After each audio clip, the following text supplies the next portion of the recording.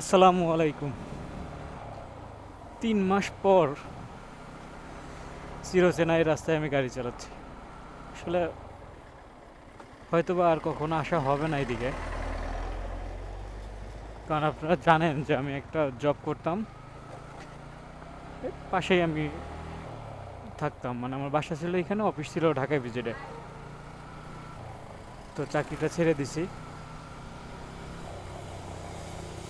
এখন full family সহকারে shift হয়ে গেছি ঢাকাতে। যার কারণে আর এখানে খুব একটা থাকা হয় না। অফিসে কিছু লেনদেন বাকি ছিল, এর জন্য আজকে আসা। কালকে অফিসে কিছু ফর্মালিটি আছে, একটা গিফট কার্ড আছে, সেটা নিব, নিয়ে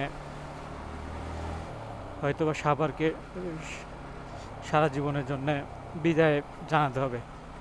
আসলে বিদায় বলতে সেই বিদায় না, মানে সাভারের উপর দিয়ে যাতায়াত হবে, কিন্তু হয়তোবা থাকার জন্য আর কখনো সাভারে আসা হবে না।